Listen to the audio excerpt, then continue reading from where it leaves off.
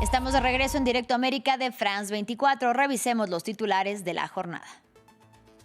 La libertad avanza del presidente de Argentina, Javier Milei, obtuvo una victoria contundente frente al peronismo. En las elecciones legislativas nacionales de medio término, se quedó con más del 40% de los votos. Su homólogo estadounidense, Donald Trump, lo felicitó y aseguró que está haciendo un excelente trabajo.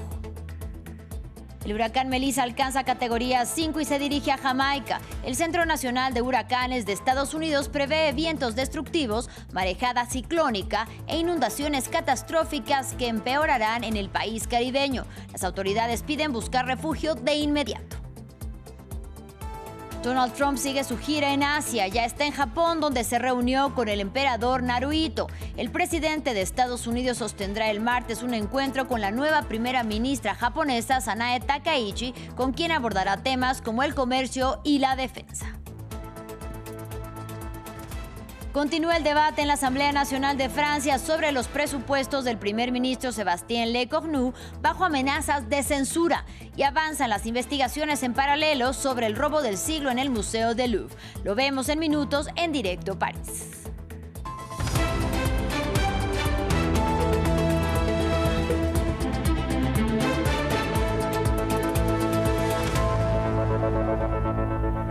Iniciamos en Argentina. El partido del presidente de Argentina, Javier Milei, se hizo con una contundente victoria en las elecciones legislativas nacionales de medio término que fueron celebradas el domingo. La Libertad Avanza obtuvo más del 40% de los votos frente al peronismo en diputados y el Senado de la Nación. No obstante, en ninguna de las cámaras obtuvo mayoría absoluta. El mandatario estadounidense Donald Trump, quien había condicionado su apoyo económico a los resultados de estos comicios, felicitó al libertario y aseguró que está haciendo un excelente trabajo. Más detalles a continuación. Más de la mitad del total de las provincias argentinas se pintó de violeta. La Libertad Avanza, el partido político del presidente Javier Milei, ganó las elecciones legislativas e incluso en zonas antes opositoras al gobierno federal, como la provincia de Buenos Aires. ¡Viva la libertad, carajo! Una victoria que marca el inicio de la reconstrucción de Argentina, según Milei. El pueblo argentino decidió dejar atrás 100 años de decadencia y persistir en el camino de la libertad, el progreso y el crecimiento. Hoy pasamos el punto bisagra. Hoy comienza la construcción de la Argentina grande. Comparado con 2023, cuando se renovó a la otra mitad de los congresistas, el joven partido oficialista duplicó sus escaños tanto en la Cámara de Diputados como en el Senado, aunque en esta oportunidad fue aliado con el partido de Mauricio Macri. Milei convocó a un acuerdo a los gobernadores que no adhieren al kirchnerismo, principal fuerza opositora, para consolidar el camino de reformas de austeridad en los próximos 2 años. Una política criticada por el gobernador de la provincia de Buenos Aires, Axel Kicillof, quien citó problemáticas como el desempleo y cuestionó los intereses de Estados Unidos en Argentina. Yo quiero aclarar que ni el gobierno norteamericano ni JP Morgan son sociedades de beneficencia, que si vinieron a la Argentina no es para otra cosa que para llevarse un lucro, para poner en riesgo nuestros recursos. Los resultados son una buena noticia para el presidente estadounidense Donald Trump, cuya administración recientemente proporcionó a Argentina un cuantioso rescate financiero, pero había amenazado con retirarse si a Milei no le iba bien. En Chile, este domingo tuvo lugar un nuevo debate presidencial de cara a las elecciones de noviembre. Los 8 candidatos a la moneda evitaron la confrontación en el cara a cara televisado, y a lo largo de 2 horas pusieron la seguridad y la economía en el centro de la discusión. Según las más recientes encuestas, la contienda se juega entre la izquierdista Janet Jara y el ultraderechista Antonio Kast. La primera se enfocó sobre el desarrollo económico del país, cuando el segundo busca reducir contra la inmigración. Vamos a escucharlos. Nosotros tenemos una perspectiva importante, no solo de crecer, sino que de enrelarnos de nuevo a la vía del desarrollo. Y yo quiero decir que lo que está ocurriendo en el mundo con la transición energética, Chile le abre grandes oportunidades, pero para eso nuestra infraestructura se tiene que preparar. Lo digo porque acá hay litio y cobre para la electromovilidad, hay energía eólica y solar para producir energías limpias. Nosotros hemos sido muy claros de que a Chile se entra por la puerta y no por la ventana. La primera señal que hemos dado es que no vamos a hacer regularizaciones masivas. Y nosotros estamos haciendo un planteamiento anticipado para que todas aquellas personas que están de manera irregular en Chile tomen las decisiones a tiempo para poder volver a sus países, para poder volver a los países de los cuales ellos migraron hacia Chile. Ahora vamos al Caribe. El huracán Melissa ya alcanzó la categoría 5, según alerta el Centro Nacional de Huracanes de Estados Unidos. El organismo prevé que el huracán azotará a Jamaica este lunes y Cuba el martes con vientos de 260 kilómetros por hora e inundaciones catastróficas. Las autoridades urgen así a que los ciudadanos busquen refugio. Ampliamos a continuación. Fuertes olas ya rompen en la costa de Jamaica, donde el viento sopla con fuerza. En toda la isla, los habitantes se preparan para enfrentarse al huracán Melissa y protegen sus hogares y negocios lo mejor que pueden. Estamos colocando contrachapado para barricar las ventanas y sacos de arena para evitar que entren escombros o que se cuele gente. Los vientos ya superan los 260 kilómetros por hora. Los meteorólogos han clasificado el huracán como de categoría 5 y las autoridades jamaicanas piden a la población que extreme las precauciones. Todas las zonas de Jamaica se verán afectadas. El impacto principal de la tormenta se sentirá entre la noche del lunes y el martes. Todos debemos ser muy prudentes y prepararnos para lo peor. La baja velocidad del huracán, de unos 6 kilómetros por hora, preocupa a los expertos, ya que las condiciones de tormenta podrían prolongarse en la isla durante 2 o 3 días y causar daños considerables. Estas precipitaciones potenciales superarán los 90 centímetros en un terreno muy montañoso, lo que sin duda provocará inundaciones catastróficas, crecidas repentinas potencialmente mortales, carreteras intransitables y comunidades aisladas. En las últimas horas, Melissa ya ha azotado con violencia la República Dominicana y Haití, causando varias víctimas. Algunos habitantes expresan su angustia. En su trayectoria, el huracán también debería afectar al sur de Cuba. En Santiago, los habitantes se preparan retirando escombros y cortando ramas para prevenir al máximo los riesgos de accidentes. En otro orden de ideas, en Israel, el Foro de Familias de Rehenes, principal asociación de allegados de los cautivos israelíes en Gaza, pidió este lunes la suspensión de las próximas etapas del acuerdo de alto el fuego hasta que Hamás devuelva la totalidad de los cuerpos. En tanto, el grupo islamista busca a contrarreloj los cuerpos de los rehenes que prometió entregar a Israel como parte de la primera fase del acuerdo de Estados Unidos para Gaza. Sin embargo, la devastación del enclave palestino tras más de 2 años de bombardeos israelíes hace muy compleja su localización. A la búsqueda se han unido Egipto, país mediador del conflicto, y las Naciones Unidas. Recordemos que en total el grupo islamista debía entregar 28 cuerpos y de ellos 13 aún permanecen en su poder.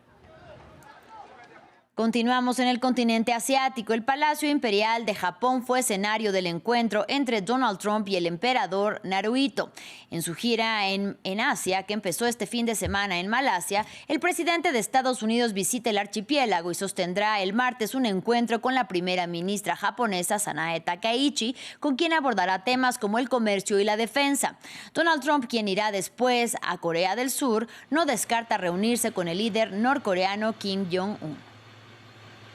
¿Tiene alguna respuesta de Kim Jong-un? No le he mencionado, no le he dicho nada, pero me encantaría reunirme con él si quisiera. Me llevé muy bien con Kim Jong-un, me cayó bien, yo le caí bien. Si quiere reunirse, estaré en Corea del Sur. ¿Alargaría su viaje para intentar reunirse con Kim? ¿Alargaría su viaje por Asia para reunirse con él? No lo había pensado, pero creo que la respuesta sería sí, lo haría, claro que sí. Y todos los ojos están puestos en Corea del Sur. El presidente republicano asistirá ahí a la cumbre de la APEC, en la que debería de encontrar al presidente chino Xi Jinping en medio del aumento de tensiones entre las dos potencias económicas del mundo por la guerra comercial desatada por la administración Trump.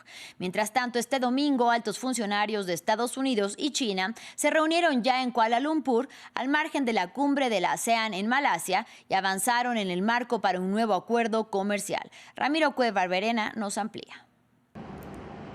Estados Unidos y China allanan el camino para un acuerdo comercial. El secretario del Tesoro estadounidense Scott Bessent, el viceprimer ministro chino Hu Lifeng y los representantes comerciales de ambos países se reunieron en un encuentro al margen de la cumbre de la Asociación de Naciones del Sudeste Asiático que se celebra en Malasia. Tras el cónclave, reconocieron avances significativos y recalcaron que el marco para un nuevo convenio está preparado. Creo que hemos alcanzado un marco sustancial para los dos líderes que se reunirán en Corea del Sur el próximo jueves. El presidente me dio la máxima influencia al amenazar con aranceles del 100% si China imponía sus controles globales a la exportación de tierras raras. Creo que lo hemos visto y así se evitarán los aranceles. Se abordaron numerosos temas, entre ellos los controles de exportación entre ambas partes, la prolongación de los aranceles recíprocos, los aranceles al fentanilo y la cooperación para prohibir su producción. La expansión del comercio entre ambos países y las medidas relacionadas con los aranceles de la sección 301 de Estados Unidos sobre buques, entre otros. El presidente estadounidense Donald Trump y su homólogo chino Xi Jinping se reunirán el próximo jueves en Corea del Sur, último día de la gira del norteamericano en Asia. Allí se aguarda que los líderes de las dos economías más grandes del mundo cierren el pacto y desescalen la tensión económica que se suscitó en los últimos meses. Continuamos en Asia. Tras 5 años de suspensión, en la noche del domingo partió el primer vuelo directo desde India hacia China. La novedad forma parte de un nuevo esfuerzo para normalizar las relaciones bilaterales, y es que los vuelos internacionales entre ambos países se habían interrumpido por la pandemia del COVID-19 y después por combates fronterizos en el Himalaya que causaron la muerte de soldados de ambos bandos. Aquí los detalles. El cielo entre China e India volvió a estar conectado. El primer vuelo directo tras 5 años de suspensiones aterrizó en Cantón, en un nuevo paso de los esfuerzos para restablecer los lazos bilaterales. Para el gobierno indio, esto impulsará el contacto interpersonal, el comercio y servirá para la normalización paulatina con China, en un contexto de alejamiento con Estados Unidos. Hay una fuerte relación entre China e India y, por supuesto, China e India son las superpotencias del mundo ahora. Así que deseo y espero que en el futuro sean muy buenos amigos, lo que antes solían ser hermanos. Los pasajeros del vuelo, que partió desde Calcuta, celebraron este suceso y la nueva facilidad para viajar a China. Lo mejor de la reanudación de los vuelos es que ahora podemos llegar a China en tan solo 3 horas y media. Antes tardaba entre 8 y 12 horas en llegar a China, haciendo escala en otros países, pero ahora podemos volar directamente a China. Estamos muy contentos de poder volar ahora directamente a Guangzhou. Antes teníamos que volar primero a Hong Kong y luego ir a China, lo cual estaba lleno de dificultades. Los vuelos directos se habían interrumpido en 2020, primero por la pandemia del COVID-19, posteriormente por los enfrentamientos fronterizos en el Himalaya, que dejaron 20 soldados indios y 4 chinos muertos. Y seguimos en el continente africano. A sus 92 años, Paul Biya logró su reelección en las presidenciales de Camerún. Según los resultados oficiales anunciados este lunes por el Consejo Constitucional, logró su 8º mandato con el 53,66% de los votos. Biya lleva en el poder más de 4 décadas y el anuncio llega tras días de protestas encabezadas por simpatizantes de la oposición que exigían resultados electorales creíbles. Veamos quién es este nonagenario presidente. Antes de ser reconocido como el hombre león y asumir la presidencia de Camerún, Paul Biya se desempeñó en 2 áreas opuestas: la formación para el sacerdocio católico y la participación en el gobierno como primer ministro. Pero fue la renuncia del primer presidente que tuvo el país camerunés la que lo consolidó definitivamente en el cargo que ejerció por más de 40 años. Ni los intentos de golpe de Estado, los escándalos de corrupción, así como tampoco la crisis generada por el conflicto del Camerún angloparlante, fueron suficientes para ver un cambio de liderazgo en la nación africana.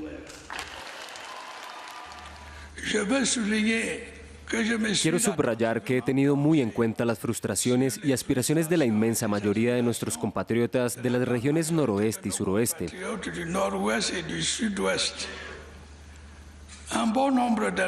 Un buen número de respuestas a sus preocupaciones y aspiraciones se ofrecerán como parte de la aceleración del actual proceso de descentralización.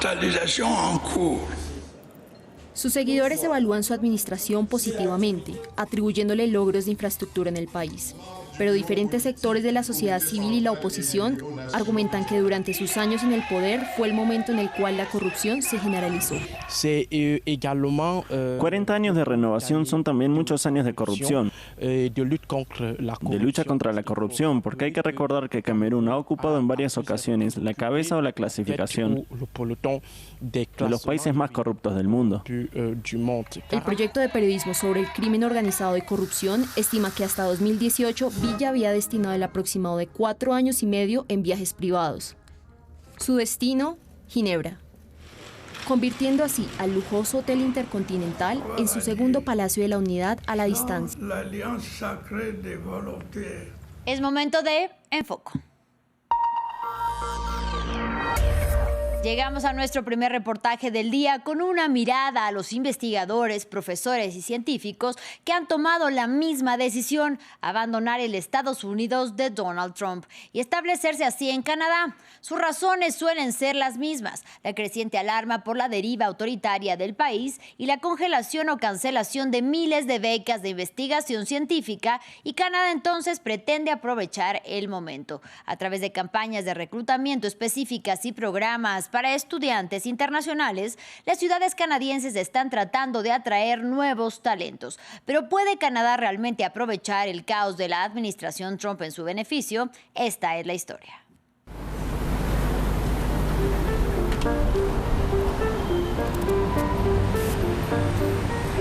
Ha cambiado las calles de Connecticut por las de Toronto. Me siento tranquilo y libre aquí en Canadá, y mis hijos también. Estoy aprendiendo a ver Canadá como mi hogar. Eso es lo que intento ahora. Jason Stanley, de 55 años, es filósofo y uno de los principales expertos en fascismo. Huyó del Estados Unidos de Donald Trump para enseñar aquí. Lo que me encanta de enseñar en la escuela Monk es que tenemos expertos en todas las regiones del mundo, centros que estudian cada rincón del planeta. Es el lugar ideal para trabajar sobre la amenaza fascista global. Detrás de su decisión está la necesidad de trabajar con libertad, lejos de los ataques del gobierno Trump contra la ciencia y las instituciones democráticas.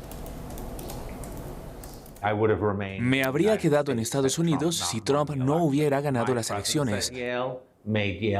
Mi presencia en Yale convirtió a Yale en un blanco. Ahora estoy completamente libre. Puedo decir lo que quiera, y para mí eso significa Canadá en este momento. Un lugar donde puedes criticar a otros países, criticar a Estados Unidos sin miedo.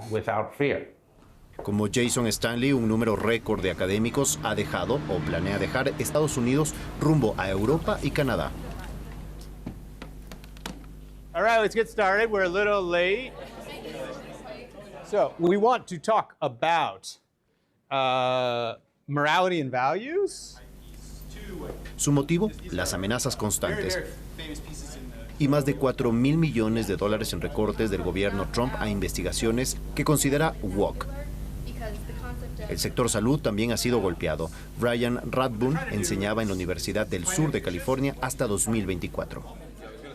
Military funding or any other policy issue, those are considered attitudes. And then the question is, are our attitudes a function of our values? Este experto en relaciones internacionales se mudó a Canadá con su esposa y colega, Nina. Ambos aseguran que los ataques a la investigación en Estados Unidos va mucho más allá de los objetivos políticos de Trump. Es una situación muy desmoralizante, diría yo. Hay mucha incertidumbre. Incluso quienes no han perdido sus becas sienten el impacto, porque muchas de esas becas financian otras operaciones en la universidad. Así que termina afectando a todo el mundo, aunque en teoría solo apunte a ciertos beneficiarios. También diría que se ha reducido el número de estudiantes que ingresan a doctorados. Y eso es un problema para quienes solicitan plaza en este momento, porque afecta la cadena de formación académica a futuro. Los rectores de las principales universidades canadienses publicaron un artículo en la prensa local, pidiendo a Ottawa que convierta a Canadá en líder mundial en investigación científica, porque su presupuesto actual sigue muy por debajo del promedio del G7 y la OCDE. Creo que hace falta un cambio real de mentalidad para devolver a Canadá su lugar como líder global en ciencia, en creación de conocimiento e innovación. Está claro que debemos reinvertir, sobre todo si queremos aprovechar esta oportunidad, que llamo una oportunidad desafortunada, porque no olvidemos que esto refleja un debilitamiento global de la ciencia, dado el papel dominante de Estados Unidos en la investigación desde la Segunda Guerra Mundial. En todo el país, algunos gobiernos locales han tomado la iniciativa, lanzando campañas para atraer talento estadounidense. Montreal, la segunda ciudad más grande de Canadá, alberga 4 grandes universidades internacionales. Hola, ¿podrías decirme cuántas hojas de vida hemos recibido hasta ahora para la campaña de investigadores? Estamos en unas 100 solicitudes, o al menos personas interesadas. ¿Ya pasamos las 100? Sí. Excelente. A pedido de la ciudad, esta agencia de desarrollo económico lanzó una campaña publicitaria durante el verano en los principales campus de Estados Unidos, desde California a Massachusetts. Hemos recibido muchos ingenieros, muchos matemáticos también, pero también gente en relaciones internacionales y muchos con varios años de experiencia, no solo quienes empiezan en investigación. La campaña provocó una ola inédita de solicitudes de académicos estadounidenses. Nuestra campaña se centró en la apertura y la inclusión. Apostamos por un mensaje simple: Montreal ama a los investigadores. Apuntamos a personas motivadas por la innovación, el conocimiento y la ciencia, muchos en el sector salud.